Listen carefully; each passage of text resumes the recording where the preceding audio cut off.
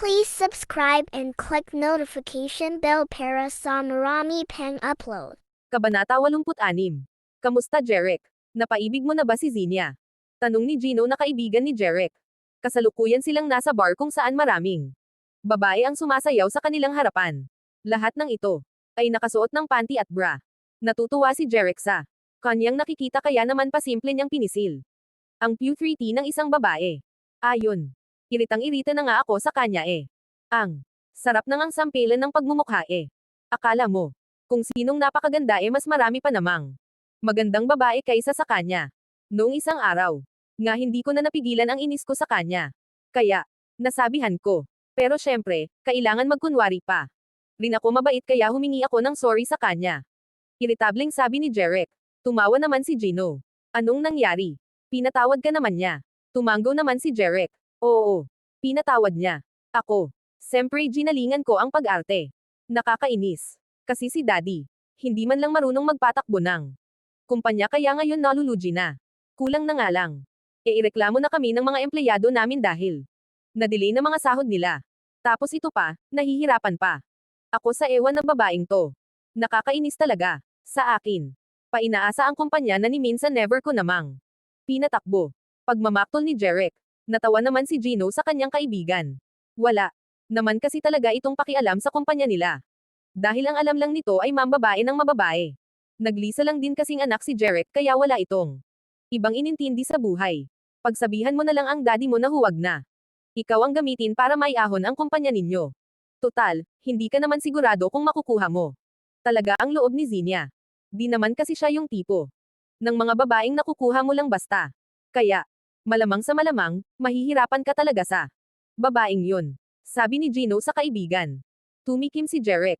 Nakaramdam, tuloy siya ng inis. Sa daddy niya. Masyado rin kasi itong kampante sa buhay. Kung ano-anong projects ang pinagkagastusan. Na ending, wala namang nangyari.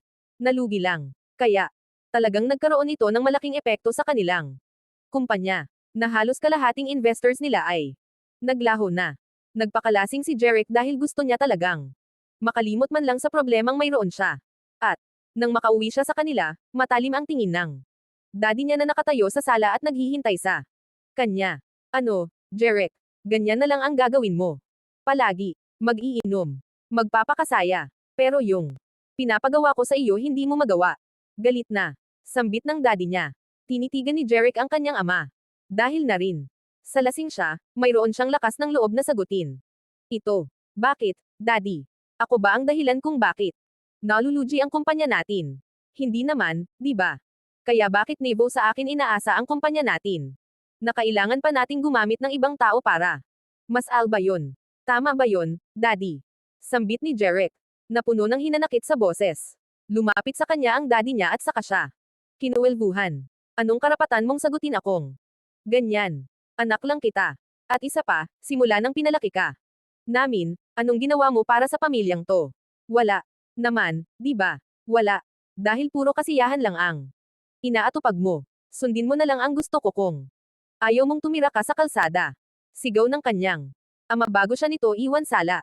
Pabagsak na naupo si Jeric sa couch sabay hawak sa kanyang sintido. Nilapitan siya ng kanyang ina na kanina pa rin naghihintay sa kanyang pag-uwi dahil nag-aalala ito. Niyakap siya nito mula sa likuran. Mommy. Mahinang sabi ni Jeric. Narinig niyang humikbi ang kanyang ina. Anak. Pasensya ka na sa daddy mo.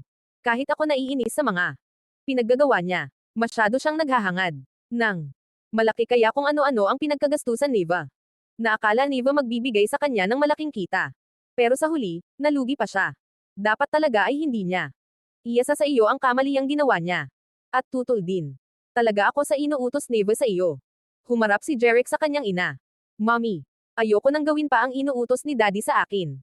At saka, hindi ko rin naman talaga gusto si Zinia. Madadami pa siya sa kalokohan ni daddy eh. Tumikim ang kanyang ina. May pera pa akong natabi dito, anak. Kung gusto mo, umalis ka na lang dito. Magpakalayo-layo ka. Palalabasin nating lumayas ka. Kaysa sundin mo ang masamang pinagagawa niya sa iyo. Tila naiiyak naman si Jeric sa sinabing yun ng kanyang ina. Ang kanyang ina lang talaga ang karamay niya sa lahat. Wala namang pakialam sa kanya ang daddy niya. Dahil para sa daddy niya, mas mahalaga ang pera. Ni minsan ay hindi niya nga naramdaman kung mahal ba silang mag-ina ng daddy niya. Dahil masyado itong abala sa pera. Pero paano ka naman po, mommy? Baka stress ka lang kasama dito si daddy. Malungkot na. Sabi ni Jeric. Matipid na ngumiti ang kanyang ina. Hindi, anak. Ayos lang ako dito. Ganoon pa rin katulad ng dati. Wala kaming pansinan.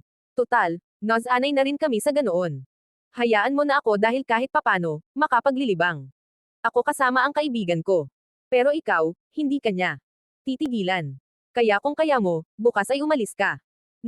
Nangingilid ang luha ni Jeric na piyakap ang kanyang ina.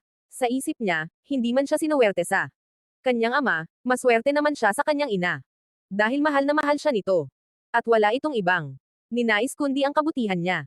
Kinabukasan, nagtaka si Zinia kung bakit gustong makipagkita sa kanya ni Jeric sa isang restaurant. May sasabihin daw itong mahalagang bagay. Ayon sa message niya, Tara na, Tristan. Ihatid mo muna ako sa lugar na ito. Sambit ni Zinia sabay pakita kay Tristan ng daan patungo sa lugar na pupuntahan nila. May kikitain ka po dyan, ma'am. Sino? Tanong naman ni Tristan. Antong hininga si Zinia. Si Jeric. May mahalaga raw na sasabihin. Oh. At ano naman kaya yon? Nagkibit balikat si Zinia. Ewan ko. First time niyang nag-message sa akin ng ganito kaya baka nga seryoso at importante. Tumanggaw-tango si Tristan at saka pinaandar na ang sasakyan. Okay. Huwag kang mag-alala, ma'am. Kapag may ginawa siyang hindi maganda sa'yo, ako ang makakalaban niya. Babasagin ko talaga ang bungo niya. Natawa naman si Zinia. Wow, ang lakas. Yabang. Instant superhero yan. Tumawa si Tristan. Naman. Hindi lang basta driver, superhero din ang buhay mo, nakangising sabi ni M. 5/7. Tristan. Natatawang napailing si Zinia. Ewan ko sa iyo. Puro ka na naman kalokohan. Nang makarating sila sa restaurant, agad na bumaba ng sasakyan si Zinia. Sinundan naman siya ng tingin ni Tristan dahil gusto niyang bantayan ang dalaga. Kaya naman hindi inalis ni Tristan ang tingin niya sa restaurant para mabantayan si Zinia. Malungkot ang itsura ni Jeric nang makita siya ni Zinia. Nagtataka naman ang dalagang umupo sa harap nito. Ayos ka lang. Bakit parang ang lungkot mo yata? Ngayon. Bago yan, sabi ni Zinia. Tipid na ngumiti si Jeric. Sa bagay, ngayon mo lang yata ako nakitang malungkot. So ayun na nga, kaya kita pinapunta dito dahil magpapalam na ako sa iyo. Nagsalubong ang kilay ni Zinia. Ha? Anong magpapalam? Mamamatay ka na. Huling palam na ba? 2. Natawa naman si Jeric. Sira. Hindi. Kumbaga, wala nang manggugulo sa iyo dahil aalis na ako. Magpapakalayo-layo na ako. Mas lalong naguluhan si Zinia. Ano? Bakit? Anong mayroon? Humingang malalim si Jeric. Una sa lahat, gusto kung humingi ng tawad sa iyo dahil ang totoo, hindi naman talaga kita gusto. Nagsinungaling ako. Kailangan ko kasing mapaibig ka dahil utos iyon ng daddy ko. Nalulugi na kasi ang kumpanya namin. At malaking tulong kung magiging tayo. Kung mapapangasawa kita. Inis na inis ako sa kanya dahil kailangang ako pa ang utusan niya ng ganoon. Siya naman itong may kasalanan kung bakit nalugi ang kumpanya namin. Ayon na nga, hindi na kaya ng konsensya ko ang utos ni daddy sa akin. Kaya lalayo na lang ako. At hindi na magpapakita sa kanya dahil nakaka-stress na siya. Nabigla si Zinia sa sinabing yun ni Jeric kaya naman nakaawang lang ang kanyang bibig. Hindi niya inaasahang yun pala ang ugali na maroon ang daddy ni Jeric. Sa tuwing kaharap kasi ng daddy ni Jeric ang magulang ni Zinia, mukhang napakabait nito. Pero, hindi naman pala. Saan ka naman pupunta ngayon? Nagkibit balikat si Jeric. Bahala na. Kahit saan. Basta malayo ako kay daddy. Nakakainis lang siya minsan nga hindi ko nadama kung mahal niya ba kami ni mommy. Kaya dapat lang talaga na layasan ko na siya. So ayun lang. Mag-iingat ka palagi, Zinia. At tama lang ang ginagawa mo na hindi ka basta-basta nagtitiwala sa isang lalaki. Napakurap ng ilang beses si Zinia. Salamat. Mag-iingat ka rin. Matapos ang usapan nilang dalawa ay lumabas na ng restaurant si Zinia at saka nagtungo sa kanyang sasakyan. Kumusta, ma'am? May ginawa ba sa iyong hindi maganda ang lalaking yun? Kaagad na tanong ni Tristan. Umiling si Zinia. Wala. Nagpaalam lang. Pupunta. Nasa malayong lugar. Ngumisi si Tristan. Yawn.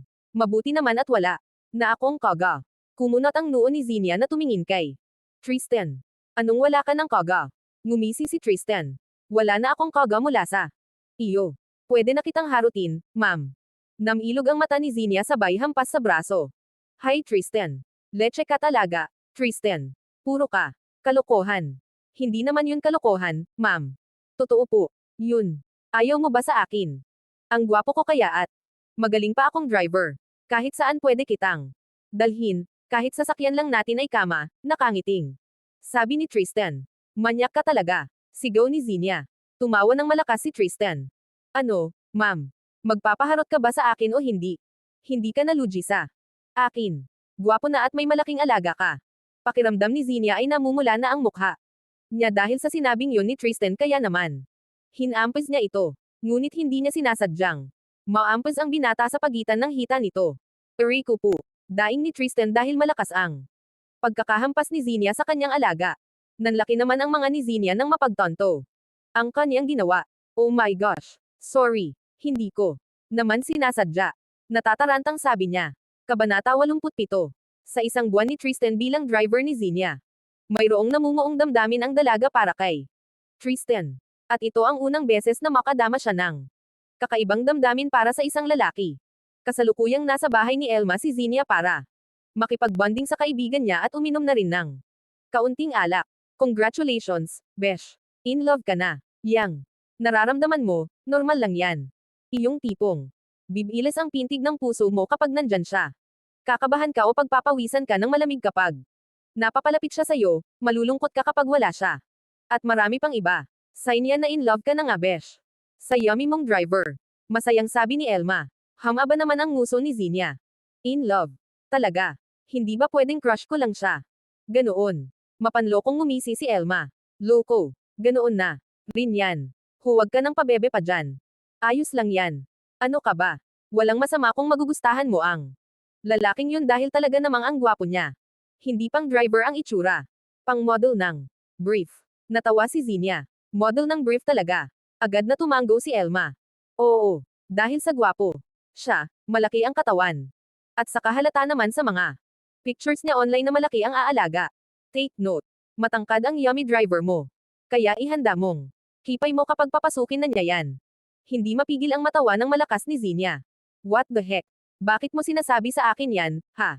Papasukan talaga. Puro ka talaga kalandutayan kahit kailan. Eh hindi naman namin gagawin ang bagay na yon. Hamaba ang nguso ni Elma. Ay sus, baka haplosen. Palang niya ang balat mo, mamasana yung kipay mo. Paano palang kapag hinalikan ka na? Baka mag-init ka. Nang sobra. E itsura pa lang ng driver mo, mukhang magaling din sa biyaheng langit. Natatawang napailing si Zinia sabay hawak sa kanyang sintido. Naisip niyang bigla si Tristan. At, naalala na naman niya ang maugat na alaga nito. Init tuloy bigla ang mukha niya dahil doon. O bakit namumula ang mukha mo dyan?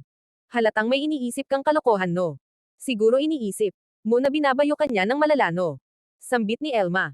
Sabay tawa ng malakas. Hinampes naman siya sa braso ni Zinia. Ewan ko. Sa iyo, Elma. Puro ka kalokohan. Natatawang sabi ni Zinia sabay inom ng alak. At dahil napahaba ang kwentuhan nilang magkaibigan, hindi na napansin ni Zinia ang oras. At, sa mga oras na ring yun, nahihilo na siya dahil napadami na siya ng inom. Hoy, Besh. Magpasando ka na sa driver mo dahil baka hindi ka makauwi ng buhay niyan kung magmamaneho ka, sambit ni Elma na nililigpit na ang kanilang pinag-inuman. Napahawak si Zinia sa kanyang sintido. Medyo kumukirot na iyon at talagang nahihilo na siya. Kaya no. Choice siya kundi ang magpasando na lang kay Tristan. Kaya nag-message siya sa binata na puntahan siya sa bahay ni Elma. Ilang sandali ang lumipas, nakarating na si Tristan. Sa bahay ni Elma, naabutan niyang natutulog na si Zinia. Ikaw na ang bahala sa pasaway kong kaibigan. Nakatulog na dahil na rin sa kalasinggan, sabi ni Elma.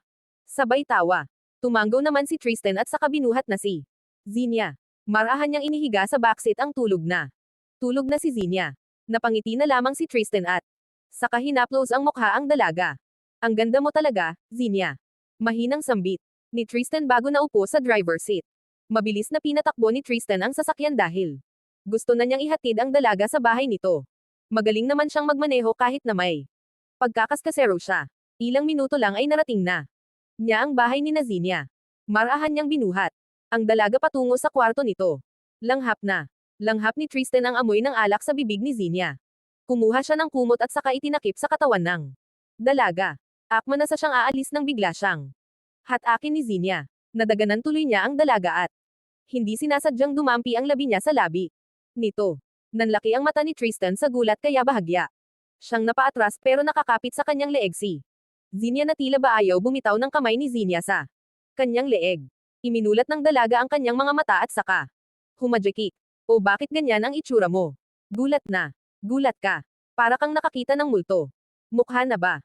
Akong multo sa paningin mo. Malamyos na boses na. Saad ni Zinia. Napalunok naman ng laway si Tristan dahil nakaramdam na siya ng pag-iinit ng katawan. At random na ramdam niya rin ang init mula sa katawan ni Zinia dahil nakadagan pa rin siya dito. Ma'am, please lang bitiwan niyo na po ako dahil kailangan ko na pong umuwi sa amin. Matulog na kayo. Saad ni Tristan at saka pilit na inaalis ang braso ni Zinia sa kanyang leeg pero mas hinigpitan pa ng dalaga ang kapit niya doon. Ayaw ko nga. Liwan mo na kaagad ako, Tristan. Ayaw mo ba akong kasama ngayong gabi? Sasamahan. Mulang naman akong matulog eh. Maluwag naman. Itong kama ko. Malambing na sabi ni Zinia sabay. Tawa ng mahina. Pakiramdam ni Tristan ay hindi na niya mapipigilan. Paang init na kanyang nararamdaman. Pero pinipilit niyang maging kalmado dahil ayaw naman niyang pagsamantalahan ang pagiging lasing ni Zinia. Sa isip niya, mukhang maraming alak na nainom ang dalaga. Kaya naman kung ano-ano ang sinasabi nito. Ma'am, please lang bitiwan niyo na ako dahil baka kung ano pa ang magawa ko sa inyo. Baka ngayong gabi ko pa kayo mawasak niyan eh. Sinasabi ko sa inyo, hindi lang ako basta driver ng sasakyan. Magaling na mabilis. Din akong driver ng kama, seryosong saad ni Tristan. Tumawa naman si Zinia. E di magmaneho ka. Dito sa kama. Matibay naman itong kamay ko. Pwedeng-pwede mong pagalawin ng kahit anong galaw. Pwede mong talunan, alog-alogin at iba. Pa. Humingang malalim si Tristan at hindi na umimik. Pa. Kahit na may parte sa kanya na nanghihina at ayaw. Naalisin ang kamay ni Zinia sa kanyang batok, pinilit niya pa ring alisin iyon. Ngunit hinayla siya ni Zinia. Kaya naman tuluyan na siyang nahiga sa kama. Humadjekik si Zinia at saka yamakap sa kanya. Napalunok ng laway si Tristan nang maramdaman ang malambot na dibdib ni Zinia na mas idiniin ng dalaga sa kanya. Ang sarap palang matulog ng may katabi, bulong ni Zinia na nakapikit na ang mata. Nakapatong ang ulo ni Zinia sa braso ni Tristan. Habang nakayakap siya ng mahigpit sa binata. Mariing. Napapikit si Tristan sabay hinggang malalim. Kahit na malamig sa kwarto ni Zinia dahil sa aircon. Pinagpapawisan pa rin ng malamig si Tristan. Marahan niyang iginalo ang kanyang kamay upang abutin ang kanyang alaga. At nang maabot niya yon, napalunok siya ng laway dahil naninigas na ang kanyang alaga. Kahit naman kasi anong pidyo ni Tristan sa kanyang sarili na mag-init, wala siyang magagawa lalo pat. Napaka-sexy at ganda ni Zinia. Na mas lumala pa ang na kanyang nararamdaman ng maramdaman niya ang malambot na dibdib ng dalaga. T4 ng ina naman. Tigas na ang dragon ko. Loko tong si Zinia. Bakit pa kasi nagpakalasing ng sobra tapos kung ano-ano pala ang gagawin. Tang na. Talaga parang di ko na kayang kumalma. Gumalaw ang kamay ni Zinia at patungo sa hita ni Tristan at nangunot ang noo nito nang masanggi niya ang alaga ni Tristan na naninigas. Mas lalong nag-init si Tristan dahil doon habang si Zinia naman ay minulat ang mga mata at saka tumingin kay Tristan. Ano yung matigas na bagay na nasanggi ko? Etets mo. Kunot noong tanong ni Zinia. Tagaktak na ang pawis ni Tristan sa noo. Oo. Naninigas na. Biglang bumangon sa kanyang pagkakahigasi. Zinia at saka basta na lamang ibinaba ang suot na pants ni Tristan. Nanlaki tuloy ang mata ni Tristan at nagulat sa ginawa ni Zinia. Tumambad tuloy sa dalaga. Ang tayong-tayo niyang maugat na PI. Wow! Ang gwapo naman ng etwantis mo, Tristan. Pinkish na maugat. Alam mo bang ito ang unang pagkakataon na makakita ako ng etwantis ng lalaki? Medyo nakakatakot nga lang ang sayo dahil ang laki niya at mataba. Namamanghang sambit ni Zinia habang nakatingin sa PI ni Tristan. Hindi tuloy alam ni Tristan kung mag-iinit ba siya o matatawa dahil sa reaksyon ni Zinia habang nakatingin sa alaga niya. Halatang wala pa nga talaga itong experience sa pakikipagtalik base na rin sa reaksyon nito. Ma'am sige na. Tama na ang pagtitig dyan. Kailangan ko nang umalis, sambit ni Tristan at saka tinakpan ang kanyang PI. Pero inalis ni Zinia ang kamay niya at nagulat siya. Nang hawakan ni Zinia ang kanya. Nakangiti si Zinia nang igalaw niya ang kanyang Kamay paibaba at paitaas. Ang init ng etwantiz mo. Ganito pala ang pakiramdam. Nang makahawak ng etwantiz. Nakakatuwa naman pala. Pwede bang pagpraktisan ko muna ang sa iyo habang hindi pa ako handang mapasukan nito. Mapang-akit na. Sabi ni Zinia. Kusa namang gumalaw ang ulo ni Tristan nang tumanggo siya. Humadjekik naman si Zinia at saka sinimulang pabilisin ang paggalaw ng kamay niya. Ilang minuto rin Ivan bago siya tumigil. Nakakangalay din pala, sabi ni Zinia at saka hinilot-hilot ang kanyang kamay. Akala ni Tristan ay tapos na sa kanyang kalokohan. Si Zinia ngunit laking gulat niya nang dilaan ni Zinia ang ulo ng kanyang alaga. Hindi mapigil ang on-anim-all ni Tristan dahil sa kakaibang sarap ng pagduwanla ni Zinia sa ulong kanyang alaga. Dinayla-dilaan ni Zinia ang ulo ng kanyang alaga na parang ice cream. Ilang minuto rin yung ginawa ni Zinia bago nito isinubo ang kanyang alaga. Napakapit. Tuloy nang mahigpit si Tristan sa kama dahil sarap na. Sarap siya sa ginagawa ng dalaga. Okay, tama na. Wala palang lasa ang etets. Hindi. Maalat hindi rin matamis. Good night na, Tristan. Salamat sa pagpayag na pagpraktisan kita, nakangiting. Sabi ni bago nahiga sa kama nang nakatalikod sa kanya. Nose-apo na lang ni Tristan ang kanyang noo. Masakit ang puso niya dahil nabitin siya sa ginawa ni Zinia. Akala pa naman niya, lalabasan siya.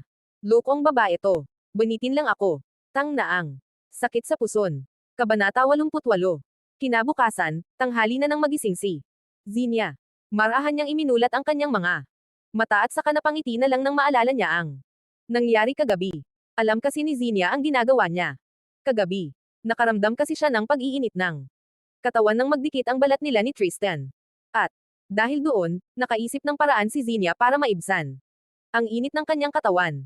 At hindi niya inaasahan na sa araw na iyon, matitikman niya ang alaga ni Tristan. Grabe ang taba ng alaga ni Tristan. Solid na. Maugat. Sambit ni Zinia sa kanyang sarili. Sa tansya niya ay madaling araw na umalis si Tristan. At sa tingin niya, nabitin ito sa kanyang ginawa. Habang ginagawa kasi iyon ni Zinia. Kinakabahan talaga siya ng sobra dahil yun ang unang beses niyang makatikim ng kargada. At hindi niya rin alam sa kanyang sarili kung anong pumasok sa isip niya. At bakit naisipan niyang tikman ang alaga ni Tristan. Hay nako. Hindi ko alam kung may mukha pa ba akong may haharap sa lalaking yun. Ay bahala na nga. Abnormal na lang talaga. Sabi ni Zinia sa kanyang sarili bago bumangon sa kanyang kama. Umunat-unat muna siya bago tuluyang nagtungo sa kusina upang maghanap ng makakain. At laking gulat niya nang makita niya si Tristan na nakaupo sa sala habang nanonood ng TV. Good morning, ma'am. Mukhang na late ka yata. Nang gising. Ihahatid pa ba kita sa kumpanya mo o hindi? Na. Uuwi na ako kung hindi, nakangiting sabi ni Tristan. Napalunok ng laway si Zinia habang bumabaang tingin niya sa suot ni Tristan. Bagay na bagay kasi sa binata ang suot nitong black polo shirt kung saan bakat. Nabakat ang matipunong dibdib ng binata. At mas lalong gwapo pa ito sa paningin ni Zinia dahil bagong tabas lang ito. Sorry kung tanghali na akong nagising. Naparami pala ang ininom kong alak kagabi. Pasensya na kung nagpakalasing ako kagabi. Ito kasing si Elma. Ang daming kwento at ang dami ring alak na nilabas. Kaya ayon, naparami rin ang inom ko. Pagsisinungaling ni Zinia. Hindi naman kasi talaga maraming alak ang nainom niya. Tama lang iyon para mahilo siya pero hindi siya lasing. Sadyang nagpanggap lang siyang lasing para magpusando kay Tristan. At maroon siyang kilig na naramdaman ng buhatin siya ni Tristan patungo sa kanyang kwarto ng gabing yun. Tumanggo-tango si Tristan. Okay po. Naintindihan ko naman. Huwag po kayong mag-alala. Wala naman kayong ginawang kakaiba. Saad ni Tristan. Sabay ngiti. Napatango naman si Zinia. Okay. Mabuti. Naman kung ganun. Akala ko may ginagawa akong kalokohan kagaya ng nagwala ako o ano. Pagkukunwari ni Zinia. Napangisi si Tristan. Wala ka pong ginawang kalokohan. Kumain lang kayo ng buhay na hotdog. Namilog ang mata ni Zinia at saka nag-init ang kanyang pisngi. Pero nagkunwari siyang walang alam. Dahil mahahalata iyon ni Tristan. Ha? Anong buhay na hotdog? Inosenteng tanong ni Zinia. Mahinang natawa si Tristan. Yung gumagalaw. Ma'am. Yung may buhay. Gusto nang matawa ni Zinia sa mga oras na yun pero pinipigilan niya lang ang kanyang sarili. Paimpel. Niyang kinurot ang sarili niya para hindi siya matawa. Tristan. Seryoso ako. May ginawa ba akong kalokohan kagabi o wala? Sabihin mo na dahil naiirita na ako sayo. Ano? Mayroon ba o wala? Saad ni Zinia. Napilit pinapataray ang kanyang mukha. Tumawa si Tristan. Joke lang. Ma'am. Wala po. Sige. Ma'am. Kumain na po kayo para makapagbihis na. Kayo at may hatid ko na kayo sa kumpanya ninyo. Parang tinatimad nga akong magpunta doon eh. Parang gusto ko lang na matulog ng matulog ngayong araw, sabi ni Zinia habang kumakain. Ngumisi si Tristan. Pwede naman, ma'am basta. Po tabi tayo. Handa akong tabihan kang matulog sa maluwag mong kama. Total ikaw na rin ang nagsabi na maluwag ang kama ninyo. Namilog ang mata ni Zinia sabay kagatlabi. Nilawayan kasi ni Tristan ang labi niya na tila banang aakit siya. Kaya naman pakiramdam tuloy ni Zinia ay namumula na naman ang mukha ni Va. Leche talaga tong si Tristan. Ang daming alam na. Kalokohan. Kaunti na lang talaga at mahuhulog na ako. Sa patibong niyang ito, ngayon lang ako naakit sa isang lalaki. At sa isang driver pang katulad niya. Sinabi ko ba yon? Akala ko ba wala akong kalokohan na ginawa? Pagkukunwari ni Zinia. Ngumisi si Tristan. Muli niyang nilawayan ang labi niya. Napapansin niya kasi na tila ba naaakit sa kanya si Zinia. At nang dahil sa ginawa ni Zinia sa alaga niya, hindi na tuloy niya makalimutan ang dalaga. Naiisip na. Tuloy niya ito kada minuto. At naiisip niya ang ginawa nitong pagwanla sa kanyang alaga. Sana malasing ulit ang babaeng to. Ang galing niya kahit na wala pa siyang karanasan. Gusto ko ulit padilaan sa kanya at ipasubo sa kanya ang alaga ko. Nakakalibog talaga ang babaeng to. Opo, sinabi niyo na maluwag ang kama ninyo. Naisip ko tuloy na baka gusto niyo ng katabi. Ayos lang naman sa akin. Pwede akong maging katabi ninyo sa gabi. As in tulog lang. Wala akong gagawin na kakaiba sa inyo. Kapag kay ginawa akong masama, pwede kayong sumigaw. Pwede niyo akong saktan. Nakangising. Sabi ni Tristan. Napakurap ng ilang beses si Zinia. Pakiramdam niya kasi. Hinuhubaran na siya ni Tristan gamit ang titig nitong mapang-akit. Ayaw mang makaramdam ni Zinia ng ganoon sa binata pero ayon talaga ang nararamdaman niya. Naaakit talaga siya kay Tristan. Ewan ko sa iyo. Disturbo ka sa pagkain ko dito. Pag-iiba ng usapan ni Zinia. Natawa lang si Tristan. Sige na. Kumain ka na para matapos ka na dyan. Tumanggo na lang si Zinia at saka tinalikuran na si Tristan. Niyaya niya pa itong kumain pero tumanggi si Tristan. Kaya mabilis na kumain mag-isa si Zinia. Nang matapos siyang kumain ay kaagad din siyang nagbihis at naligo. At ilang minuto ang lumipas ay natapos na rin siyang mag-ayos sa kanyang sarili kaya hagtungo na siya sa kanyang sasakyan. Tahimik lang silang dalawa sa biyahe. Kaya naman si Zinia ay pasimpleng sumusulyap kay Tristan. Hindi niya maiwasang mag-init kapag naaalala ang kanyang ginawa, na para bang gusto niyang maulit ayon. Pagkarating nila doon, hindi kaagad bumaba ng sasakyan si Zinia kaya naman nagtaka si Tristan. Ma'am, hindi pa ba kayo bababa ng sasakyan? Nagtatakang tanong ni Tristan. Tumikim si Zinia. Gusto mo bang doon ka na muna tumambay sa opisina ko? Baka kasi nalulungkot ka na dito sa loob ng sasakyan. Mas okay doon. May maliit na kwarto doon kung gusto mong matulog. Para naman hindi ka mukhang kawawa dito. Ngumiti si Tristan. Ayos lang naman po ako dito sa kotse dahil may aircon naman.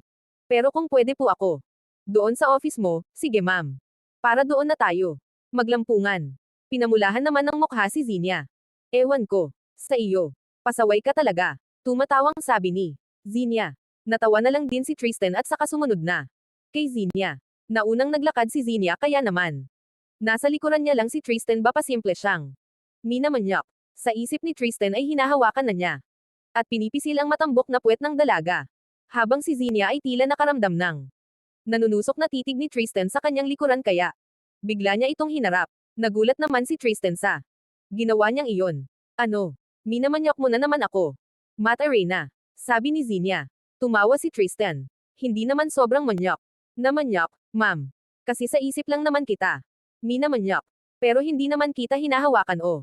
Ano? Sa isip lang po. Naningkit ang mga mata ni Zinia. Nagpapalusot. Ka pa talaga. E parehas lang naman yun. Minamanvek. Mo pa rin ako. E sino naman po ang mamanyakan ko kayo? Lang ang maganda at sexy sa paningin ko. Gusto niyo po. Ba na iba na lang ang manyakan ko? Pwede naman. Po. Nakangusong sabi ni Tristan. Tumaas ang kilay ni Zinia. Tumigil ka nga. Sige. Manyakan mo na ako. Single ni Zinia sabay. Talikod. Kabanata 89. Mukhang ang saya mo yata ngayon, Tristan. Tanong sa akin ni Susana. Tiningnan ko siya. Malamang, Hindi ka na. Masyadong paipal sa buhay ko. Pagpatuloy mo lang. Yan. Nang matuwa ako sa'yo, walang ganang sabi ni Tristan. Bumantong hininga si Susana. Hindi niya maiwasang menace dahil alam niya kung sino ang dahilan ng pagngiti ng binata at ito ay ang amo niyang si Zinia. Dahil mayamang babae si Susana, may pera siya. Para pasundan si Tristan. At nalaman niyang close si Tristan kay Zinia. At hindi maiwasang makaramdam ng matinding inggit ni Susana lalo ng isang beses niyang sundan si Tristan. Masaya tong nakikipagtawanan kay Zinia na ni minsan ay hindi ginawa sa kanya ni Tristan. Na kahit anong kabutihan pa ang ipakita niya sa binata, hindi siya nito nagawang kausapin ng nakangiti. Siya nga pala, alam mo bang hindi na maganda ang lagay ng papa mo? Kailangan ng putulin ang paa niya. Dahil kinakain na ng bakterya mula sa sugat niya sa paa. Ang kanyang laman. At malaking halaga ang gagastusin doon. At isa pa, mahina na rin ang baga ng papa mo. Marami ng liquid sa baga niya na kailangang alisin. Pagliban ng usapan ni Susana, nagsalubong ang kilay ni Tristan. Anong sinabi mo? Paano mo naman nalaman yan? Tumikim si Susana. Dumalaw ako dito kahapon. Wala ka. Tapos nakita ko na hindi maganda ang lagay ng papa mo. Naawa ako sa kanya kaya sinama ko siya para magpa-check up. At doon nalaman ko na hindi nangga. Maganda ang lagay ng papa mo. Ang paa at baga niya. Hindi mo yata napapansin dahil masyado kang busy. Biglang pinagpawisan ng malamig si Tristan. Ayaw niyang mawala sa kanya kaagad ang mga magulang niya kaya naman nagpapakahirap siyang magtrabaho. Para lang may pera. Salamat. Salamat dahil ipina-check up mo si Papa, sabi ni Tristan sabay pasok sa loob ng bahay nila. Tiningnan niya ang Papa Neva na nakahiga sa maliit nilang kama.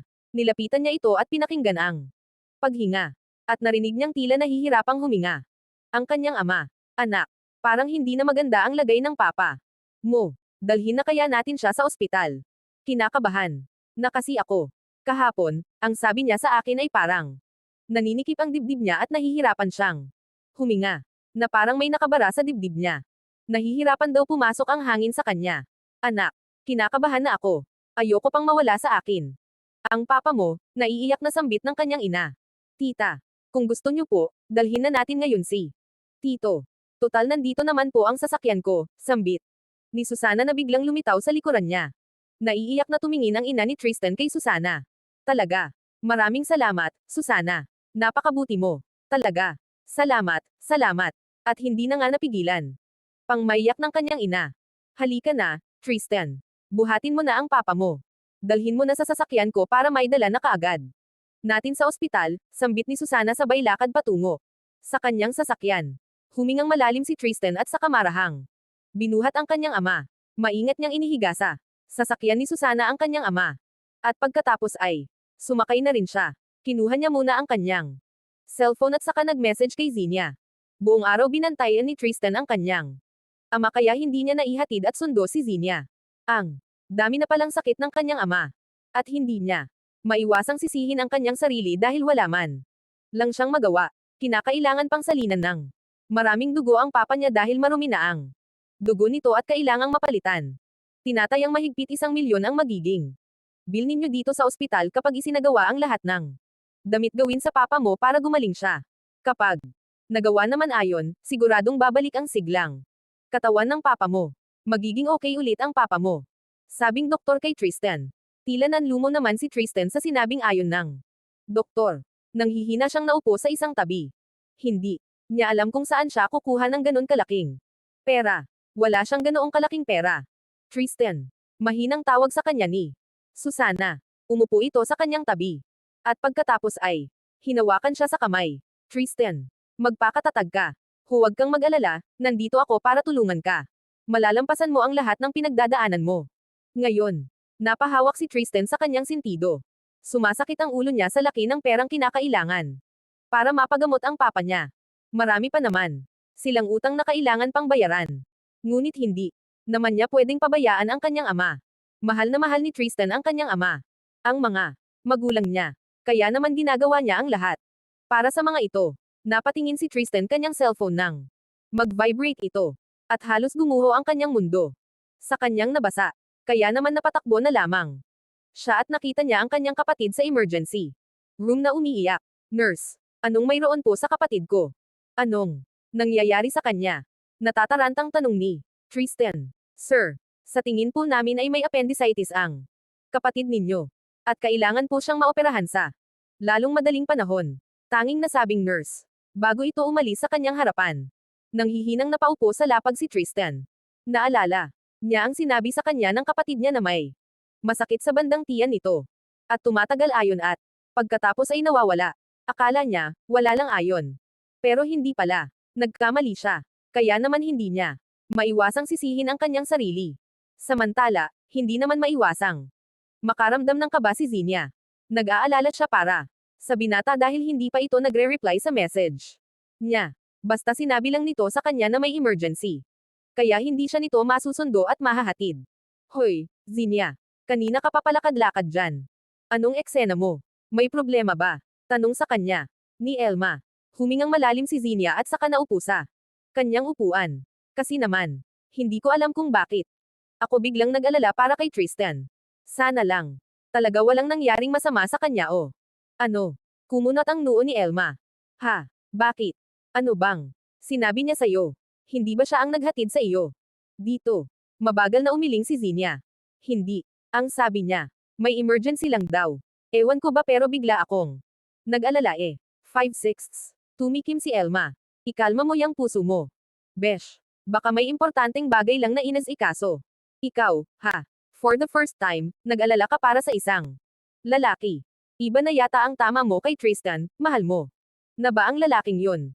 Natawa naman ng mahina si Zinia. Baliw. Anong? Mahal. Umayos ka nga.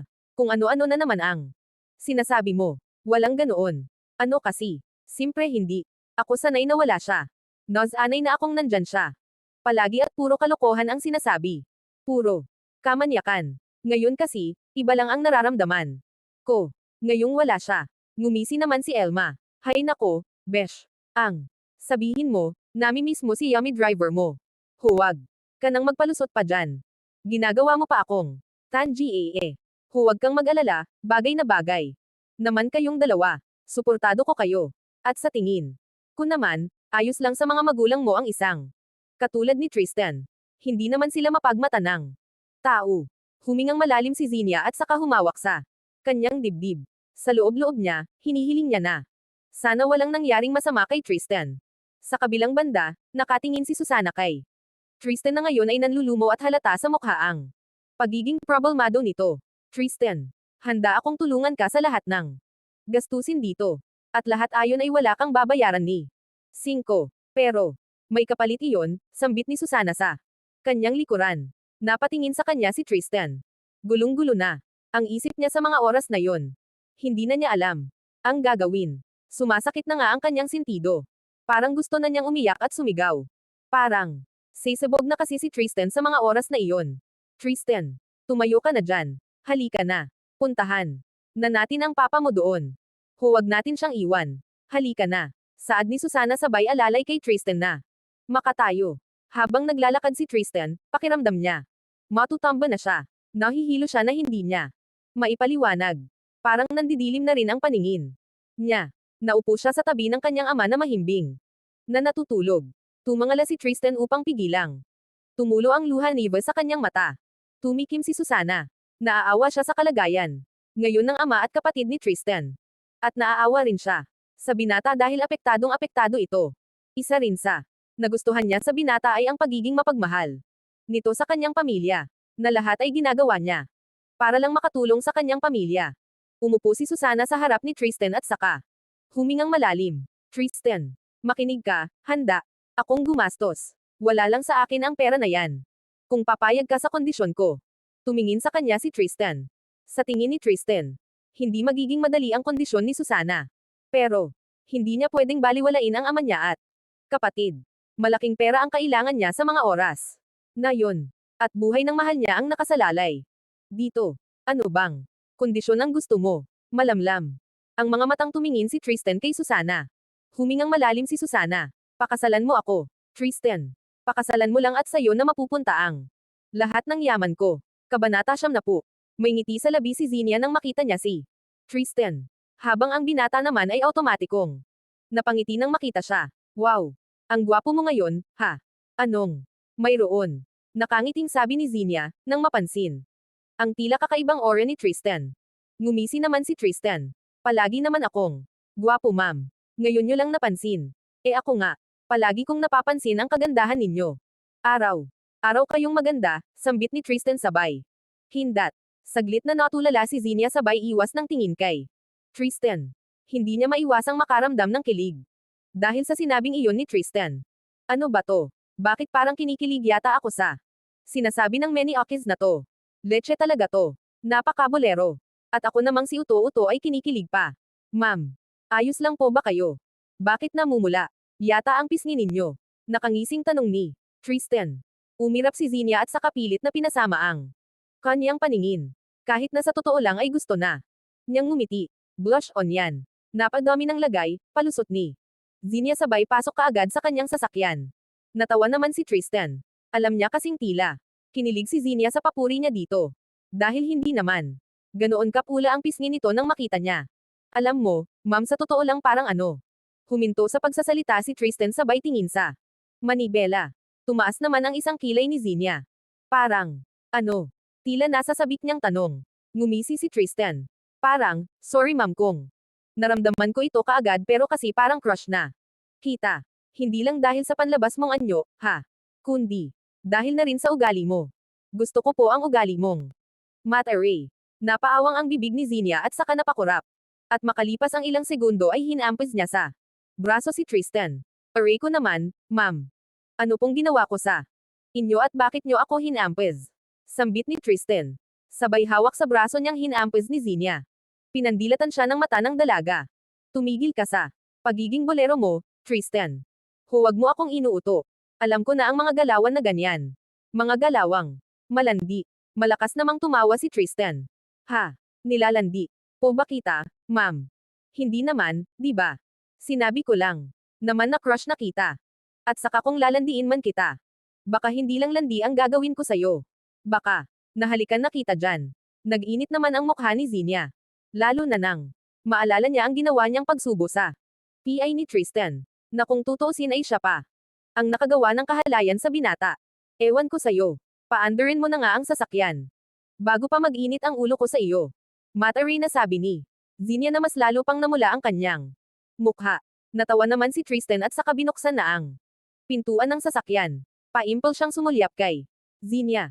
Gandang-ganda talaga siya sa dalaga at hindi niya maiwasang mapangiti kapag naaasar niya ito. Mas lalo kasing gumaganda si Zinia sa paningin ni Tristan. Kapag naaasar niya ang dalaga. Ano? Bakit nakatitig ka na naman dyan?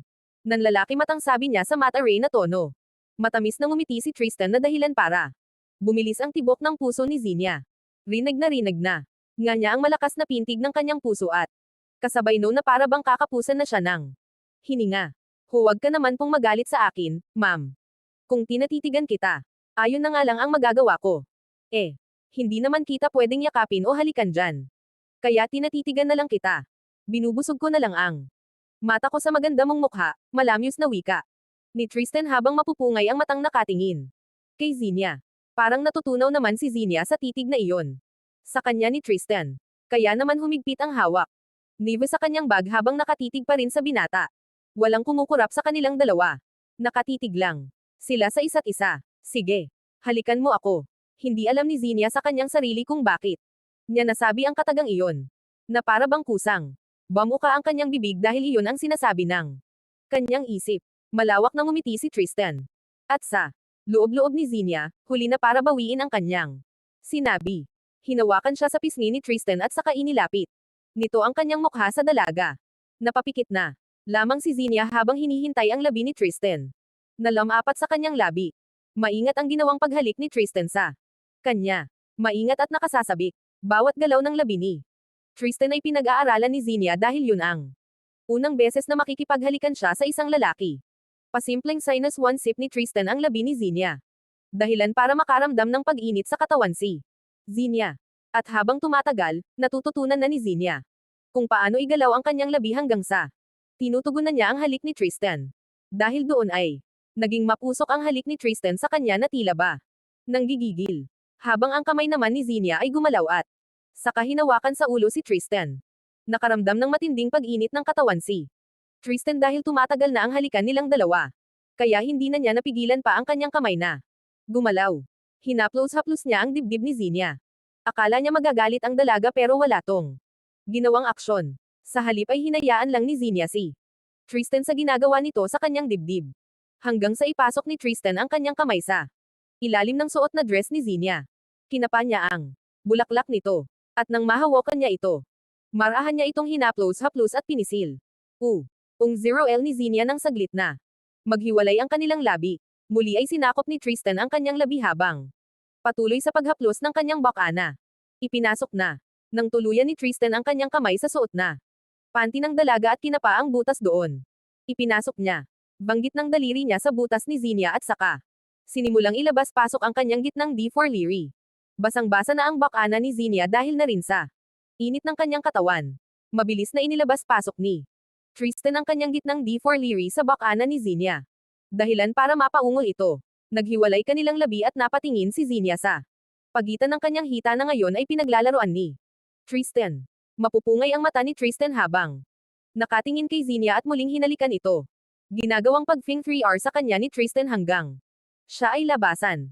Hinugot ni Tristan ang kanyang D4 liri. At napatingin sa doll 1 rin niyang may katas ni Xenia. Namula naman ang mukha ni Xenia at nagulat siya. Nang isubo ni Tristan sa kanyang bibig ang daliri niyang may katas niya. Ang sarap ng katas mo, ma'am, mapang. Akit na sambit ni Tristan nang maubos ang katas ni Xenia sa kanyang daliri. Napakurap ng ilang beses si Xenia at saka inayos nang pagkakasuot ang kanyang panty at maikling short. Gusto nang maglaho ni Xenia dahil sa sobrang hiya na kanyang nararamdaman. Habang si Tristan naman ay napangiti na lang at saka pinaandar na ang sasakyan. Buong biyahe ay tahimik lang si Xenia. Hindi niya alam kung bakit ba siya pumayag na halikan siya ni Tristan at hindi niya maitatangging nasarapan siya sa ginawang paglalaro ni Tristan sa kanyang PA. Bye, ma'am, sambit ni Tristan nang bumabasa. Sasakyan si Xenia. Mabilis na tango lang ang sinagot ni Xenia at saka naglakad na siya ng mabilis papasok sa gusali. Napangiting sinundan siya ng tingin ni Tristan.